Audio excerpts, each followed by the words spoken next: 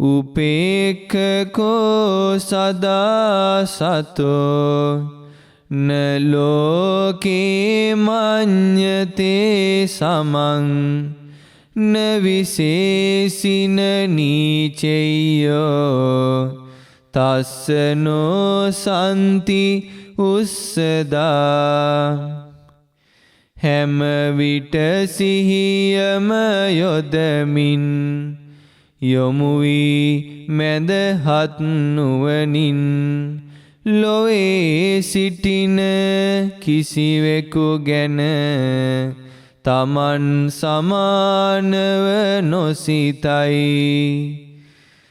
තමා උඩට ඇද නොගනී ලාමක කරමින් නොසිතයි උපශාන්ත මුනිදුන් හට කෙලෙස් ඇවිස්සුන සිත් නැත. නමෝ බුද්ධාය. හැම දිනාටම තෙරුවන් සරණයි. අපගේ ගුරු දේවෝත්තම පින්වත් ලොකු ස්වාමීන් වහන්සේට අප හැම දිනාගේ নমස්කාරය වේවා. සාදු සාදු සාදු. ශ්‍රද්ධාවන්ත පින්වත්නි, අපගේ මහා කාරුණික සම්මා සම්බුදුරජාණන් වහන්සේගේ උතුම් සද්ධර්මය අපගේ ජීවිතවලට ඒ මහා සැනසුම ශාන්තිය උදා කරලා දෙන්නේ අපි මේ ධර්මය අපේ ජීවිතවලට ගලපා ගත්තොත් පමණයි. මේ ලෝකයේ ධර්මයේ ගලපා ගන්නට අවස්ථාව නොලැබිච්ච අය නිරේගාමී කර්මයන් රැස් කරගෙන මේ සංසාර දුකට ආයිමත් වැටිලා. එයින් නිදහස් වීමක් නොමැතිව ගමන් කළා. ඒ වගේම ධර්මය අවබෝධ කරගත්තු පිරිස සංසිඳීමට පත්වෙච්ච සාන්ත භාවයට පත්වෙච්ච උතුමන් සදහටම ඒ දුකෙන් නිදහස් වෙලා සතර අපායෙන් දෙව්ලොව මනුස්ස ලෝක ආදී මේ සියලු දෙයින් නිදහස් වෙලා සසරින් එතරට ගමන් කළා. ඉතින් අපේ ඉගෙන ගනිමින් සිටියේ ඒ රහතන් වහන්සේගේ උපේක්ෂාව පිළිබඳව එහෙම නැත්නම් ඒ ධර්මය අවබෝධ කරගත්තු ශ්‍රාවකයා තුළ පවතිනා වූ සංසිඳීම ගැන ඒ පුරා බේද සූත්‍රයට අදාළව ඒ ගාථා කිහිපයන්. මේ ගාථාවලදී බුදුරජාණන් වහන්සේ දුටුවේ ඒ ප්‍රශ්න අහන්න කිසිවෙක් නැහැ. දෙව් පිරිස අතර හිටියේ නැහැ. ඒ කපිලවස්තුවේ මහා වනයේට දෙවියන් රැස් වෙච්ච වෙලාවේ කිසි කෙනෙක් ඒ ප්‍රශ්න අහන්න සුදුසු කෙනෙක් හිටියේ නැහැ. ඉතින් භාග්‍යතුන් වහන්සේ විසින්ම බුදු කෙනෙක් නිර්මාණය කරලා 이르දි බලයෙන් ඒ භාග්‍යතුන් වහන්සේ විමසපු ප්‍රශ්න වලට අපගේ සම්බුදුරජාණන් වහන්සේ පිළිතුරු ලබා දුන්නේ. අපි කතා කළා උපේක්ෂාව ගැන. උපේක්ඛකෝ සදා සතෝ න ලෝකේ මඤ්ඤතේ සමං. ඊළඟට තියෙනවා ඒ උපේක්ෂාවට පත්වෙච්චි රහතන් වහන්සේගේ ධර්මය අවබෝධ කරගත්තු ශ්‍රාවකයාගේ ස්වභාවය ගැන හරි ලස්සන විස්තරයක්. තවදුරටත් ඒ කාරණාව පැහැදිලි කරනවා නම් දන්තං නයන්ති සමිතින් දන්තං රාජාබිරූහති දන්තෝ සෙට්ටෝ මනුස්සේසු යෝති වාක්‍යං තිතික්ඛති. බුදුරජාණන් වහන්සේ ගාථා වලින් පෙන්වලා දෙනවා දැමුණු කියන්නේ දමණයට පත්වෙච්චි ඇතෙක් හරි අස්වැයෙක් හරි තමයි බොහෝ දිනා රැස් වූ තැනකට යම්කිසි කටයුතු සඳහා ගෙනියන්නේ. ඒ රජතුමාට සේවය කිරීම සඳහා යම් ඇතෙක් යම් අස්වැයෙක් ගන්නවා නම් ඒ ඇතා හෝ අස්වැයා මනාකොට দমনය වෙච්ච කෙනෙක්ව තමයි ඒ ක්‍රියාව සඳහා ගන්නෙ. ඒ වගේම තමයි මනාකොට দমনය වූ ජීවිත අභ්‍යන්තරය පරිපූර්ණ ලෙස අවබෝධ කරගත්තු රහතන් වහන්සේ මේ ලෝකයේ මිනිසුන් අතර දෙවියන් අතර ඒ සියලු සත්වයන් අතර ශ්‍රේෂ්ඨ බවට පත් වෙනවා කියලා තමයි ඒ ගාථාවේදී සඳහන් කරන්නේ. ඊළඟට සඳහන් වෙනවා වරමස්ස තරා දන්තා ආජානීයාච සින්ධවා කුංජරාච මහා නාගාත්ථ දන්තෝ තතෝ වරං. මේ ලෝකේ ඉන්නවා මහා බල සම්පන්න ආනුභව සම්පන්න ඒ වගේම අස්වැයින්ට නායක වූ කුලයන් තියෙනවා. ඒ තමයි ආජානීය අස්වැයාගේ කුලය. ඒ වගේම සින්දව කියන සයින්දව කියන අස්ව කුලය. ඒ වගේම ඇත්තු අතර තියෙනවා චද්දන්ත ඊළඟට කුංජර ආදී වශයෙන් ඒ ශ්‍රේෂ්ඨ වූ ඇත් කුලයන්, ඒ කුලවල හස්තීන්, ඒ වගේම ශ්‍රේෂ්ඨ කුලවල අශ්වයන් තමයි මේ ලෝකේ රජවරුන්ගේ ඒ වගේම නොඑක් ප්‍රධාන මංගල සම්මත කටයුතු සඳහා අතීතයේ යොදාගෙන තිබෙන්නේ. ඉතින් මෙතන සඳහන් වෙනවා නහි ඒතේහි යානේහි වරමස්ස තරා දන්තා. ඒ අශ්වයන් අතර දමණයටපත් වෙච්ච අශ්වයන් තමයි ශ්‍රේෂ්ඨ බවට පත් වෙන්නේ. ඒ වගේම කුංජරාච මහා නාගා. ඒ කුංජර කුලයට අයිති මහා හස්තීන් තමයි ප්‍රධාන භාවයට පත් වෙන්නේ. ඒ සියලු දෙනා අතර අත්ත දන්තෝ තතෝ වරං. තමන්ගේ ජීවිතය එහෙම නැත්නම් තමන්ගේ පැවැත්ම සංවර කරගත්, තමන්ව দমনය කරගත්තු රහතන් වහන්සේ තමයි ඒ සියලු දෙනා අතර ශ්‍රේෂ්ඨ භාවයට පත් වෙන්නේ කියලා සඳහන් වෙලා තිබෙනවා. ඊළඟට කියනවා නහි ඒතේහි යානේහි ගච්ඡේය අගතං දිසං. দমনයටපත් වෙච්ච කෙනෙක් තමන් ආපු දිශාවට යන්නේ නැහැ. ආපු දිශාව මොකද්ද? කාමය. කාමය අතහැරලා තමයි රහතන් වහන්සේ නිකලස් බවට පත් උනේ. පංච උපාදානස්කන්ධය අවබෝධ කරලා තමයි රහතන් වහන්සේ නමක් නිකලස් බවට පත් උනේ. ඒ යම් මාර්ගයකින් තමන් යම් දිශාවකට පැමිණුණාද නිවන නම් වූ දිශාවට, ඒ දිශාවට ආපහු යාමක් හැරීමක් නැහැ. ඊළඟට කියනවා මනාව දැමුණා වූ සිතින්, ඒ කියන්නේ තමන්ගේ සිත මනාකොට দমনය කරගෙන දන්තෝ දන්තේන ගච්ඡති. ඒ দমনය වූ දෙසටම රහතන් වහන්සේලා ගමන් කරනවා. කුමක්ද? නිවන කරා. නිවන අරමුණු කරගෙන රහතන් වහන්සේලා ගමන් කරනවා. ඉතින් මේ විදිහට ඒ උපේක්ෂාව ගැන, සංසිඳීම ගැන නොයෙක් විස්තර තියෙනවා. ඊළඟට විදහාසුන විකම්පන්ති විප්පමුත්තා පුනබ්භවා. ඒ රහතන් වහන්සේලා කිසිම කම්පනයක් නැහැ. ඒ වගේම ත්‍රිවිධ මානය දුරු කරලා තියෙන්නේ. දන්ත භූමි මනුප්පත්තා තේ ලෝකේ විජිතාවිනෝ. දන්ත භූමියේ නම් වූ උතුම් නිකලස් බවට අරහත්ත්වයට පත් වෙලා තිනවා. ඒ වගේම සියලු ලෝකයන් ජයගෙන සියලු ලෝකයන්ගෙන් නිදහස් වෙලා සිටිනවා. යස්සේන්ද්‍රයානි භාවිතානි අජ්ජත් බහිද්දාච සබ්බ ලෝකේ. යම්තාක් මේ ඉඳුරන් හැසිරෙනවද ආධ්‍යාත්ම වූත් බාහිර වූත් කරුණු අරබයා නිබ්බිජ්ජ ඉමං පරංච ලෝකං කාලං කංකති භාවිතෝ සදන්තෝ. ඒ දමණයටපත් වෙච්චි රහතන් වහන්සේට ඒ අවිද්‍යාව එහෙම නැත්නම් බැඳී යාමක්, ඇලී යාමක් කිසිවක් කෙරෙහි නැහැ. ඉමං පරංච ලෝකං පරලෝකටත් බන්ධනයක් සදාගන්න හේතුවක් උපදින්නේ නැහැ. දැන් සාමාන්‍ය ලෝකයේ සත්‍යයේ ස්වභාවය තමයි මෙලොව තියෙන දෙයට බැඳිලා යනකොට පරලෝට කොටසක් ඉතුරු කරගන්නවා. එහෙම නැත්නම් පරලෝට යමක් ඉතුරු වෙනවා. ඒ තමයි කෙලෙස් සහිත වූ ස්වභාවයේ ලක්ෂණය. නමුත් රහතන් වහන්සේට ධර්මය අවබෝධ කරගත්තු පරිපූර්ණ අවබෝධයටපත් වෙච්චි උත්තමයාට ඒ මෙලොවට සකස් කරගන්න දෙයක්වත් නැහැ. ඒ නිසාම පරලොවට සකස් වෙන දෙයක්වත් දකින්න ලැබෙන්නේ නැහැ. ඊළඟට මේ විදිහට රහතන් වහන්සේගේ ස්වභාවය, උපේක්ෂාව ගැන, සංසිඳුණු බව ගැන, ඒ ශාන්ත භාවය ගැන, දමණයටපත් වීම ගැන නොයෙක් අයුරින් දේශනා කරලා තියෙනවා. ඊළඟට තියෙනවා සිහිය. සතෝ කියලා කියන්නේ සදා සතෝ, නිරන්තර වූ බලවත් සිහියකින්. සිහිය පැවැත්වීම පිණිස භාග්‍යතුන් වහන්සේ කාරණා 4ක් ලෝකෙ දේශනා කරනවා. ඒ කාරණා 4 තමයි සතර සතිපට්ඨානය. කායानुපස්සනාව, වේදනානුපස්සනාව, චිත්තානුපස්සනාව, ධම්මානුපස්සනාව කියන මේ කාරණා 4 තමයි සතර සතිපට්ඨානය කියලා කියන්නේ.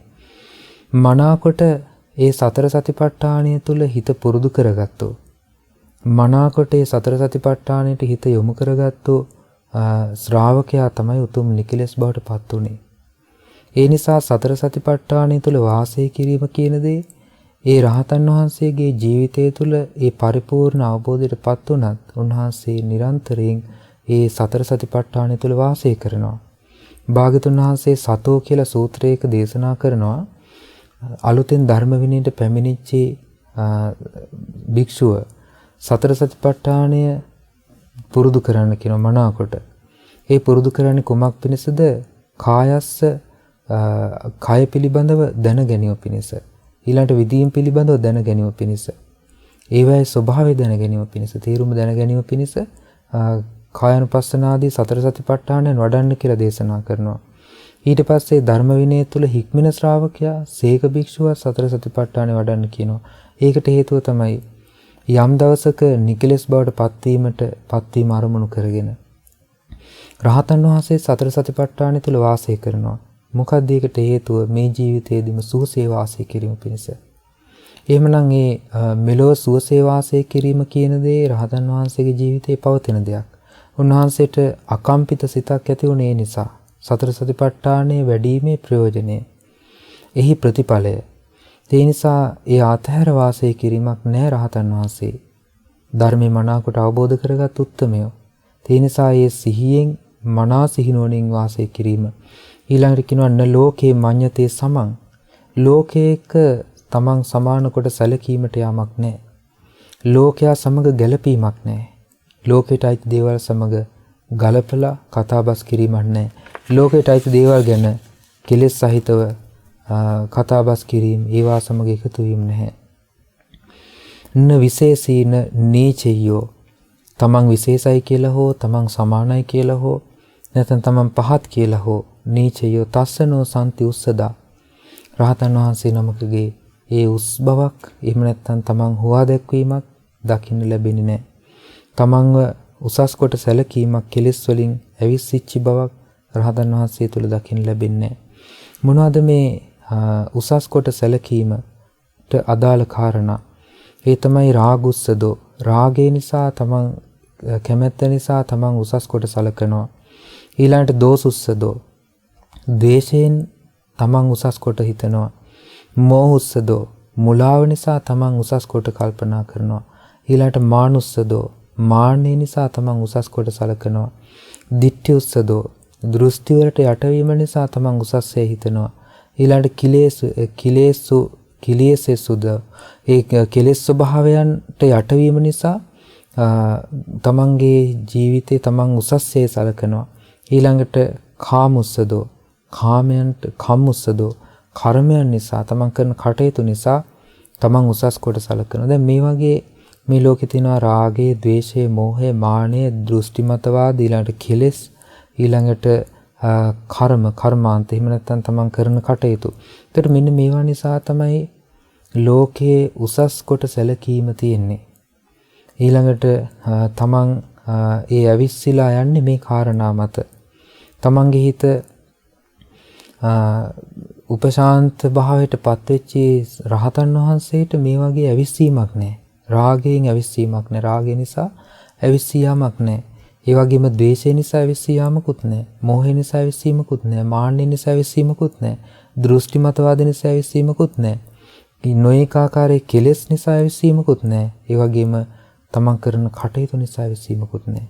ඒතර මේ වගේ දේවල් බුදුරජාණන් වහන්සේ මේ රහතන් වහන්සේ ගැන දේශනා කරනකොට ඒ දෙව් පිරිස ඊටාම අවධානයෙන් මේක අහගෙන හිටියා.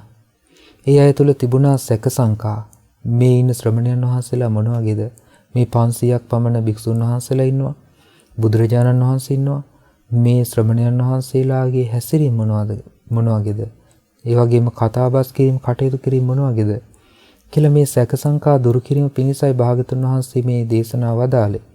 ඉතින් පින්වත්නි දැන් මේ කරුණ වලින් අපිට තේරෙන හොඳම කාරණා තමයි මේ ලෝකේ රහතන් වහන්සේලාගේ ස්වභාවය සාමාන්‍ය මිනිස්සෙකුට තේරුම් ගන්න බෑ.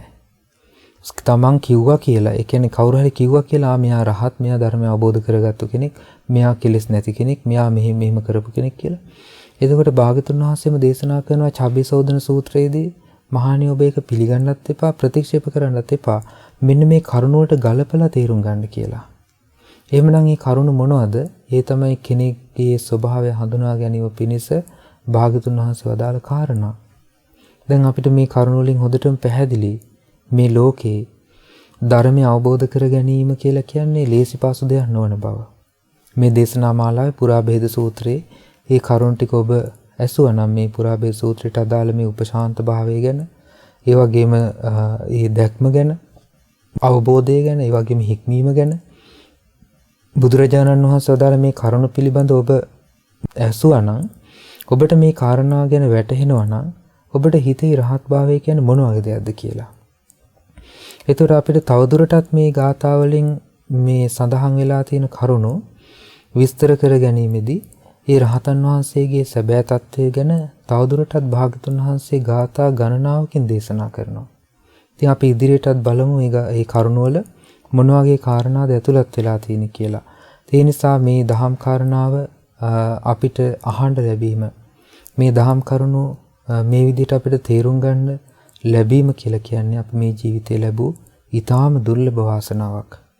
ඒ වගේ මේ රහතන් වහන්සේගේ ස්වභාවය ගැන සඳහන් වෙනකොට අපි කතා කර උපේක්ෂාව ගැන, සිහිනුවන ගැන, ඊළඟට ලෝකේ හැඟීමක් වශයෙන් තමන් උසස් හෝ තමන් සමානයි හෝ තමන් විශේෂයි නැත්නම් තමන් පහත් කියලා හෝ මෙහිම සැලකීමකට යන්නේ කෙලෙස් සහිත බවත් එක්කයි. ඒ කෙලෙස් සහිත බවෙන් තොර වෙච්චි නැත්නම් කෙලෙස් වලින් නිදහස් වෙච්ච උතුමන් වහන්සේට ඒ කිසිම විනාශකමක විනාශ ස්වභාවයක් දකින්න ලැබෙන්නේ. මොකද එතුමන්ලා දකින්නේ එහෙම නැත්නම් රහතන් වහන්සේලා දකින්නේ මේ ලෝකයේ එකම එක ධර්මයක්. ඒ තමයි අනිත්‍ය ස්වභාවය. ඒ වගේම වෙනස් වෙන ස්වභාවය, හටගන්න නැති වෙන ස්වභාවය. එපමණයි දකින්නේ. ඒ දැක්ම තුල බෙදීම් නැහැ. ඒ දැක්ම තුල කෙලෙස් සහිත සකස් වීම නැහැ. ඒ දැක්ම තුල ආයයි නැවත නැවත උපතක් කරා යන කෙලෙස් සහිත බන්ධනයන් හටගන්නේ. ඒ නිසා මේ දහම් කරුණ උපකාරයෙන් අපටත් මේ ගෞතම බුද්ධ ශාසනය තුල උතුම් පිහිට පිළිසරණ සලසා ගන්නට වාසනාව ලැබේවා.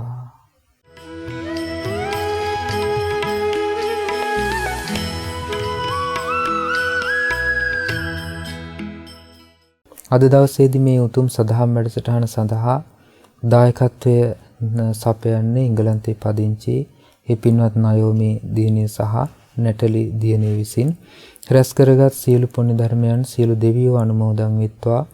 දෙවියන්ගේ ධාර්මික රැකවරණයේ ආශිර්වාදය හැම දිනාටම සැලසෙත්වා. සියලු දෙවියෝද උතුම් ධර්ම අවබෝධයෙන් සැනසෙත්වා. කල්යාණ මිත්‍ර ගුරු දේවෝත්තම පින්වත් ලොකු ස්වාමීන් වහන්සේට මේ සියලු පින් අනුමෝදන් වෙත්වා. නිදුක් වේවා, නිරෝගී වේවා, සුවපත් වේවා. උතුම් ධර්මාබෝධයේ පිණිස රැස් කළ සියලු පින් උපකාර වේවා.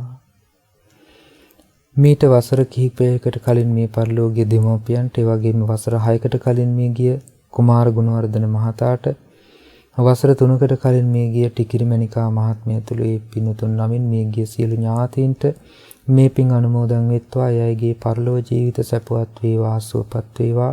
සංසාර දුකින් අත මිදෙන්නට රැස් කළ පිනත් උපකාර වේවා. රැස් කරගත් සීල පුණ්‍ය ධර්මයන් මහමෙවුනා වාසී සීල මහා සංඝරත්නයටත්, ඒ වගේම අනගාരികා මෑණියන් වහන්සේලාටත්, පැවිදි අපේක්ෂක දූ දරුවන්ටත්, ශ්‍රද්ධා කාර්ය මණ්ඩලයේ සීල පින්වතුන්ටත්, ශ්‍රද්ධා මාසික ධර්ම දාන සමාජිකත්වයේ ධර්ම සීල පින්වතුන්ටත් අනුමෝදන් වෙත්වා. හැමදිනාම නිදුක් වේවා, නිරෝගී වේවා, සුවපත් වේවා. දායකත්වයේ දරූ පවුලේ සීල දිනාටමත් මේ පින් අනුමෝදන් වෙත්වා. උතුම් ධර්මාබෝධයේ පිණිස මේ සීල පින් උපකාර වේවා. හැමදිනාටම තෙරුවන් සරණයි. නමෝ බුද්ධාය. මෙවැනි වටිනා ධර්මදේශනා නැරඹීමට ශ්‍රද්ධා YouTube චැනලය සබ්ස්ක්‍රයිබ් කර සීනුව ලකුණ ඔබන්න.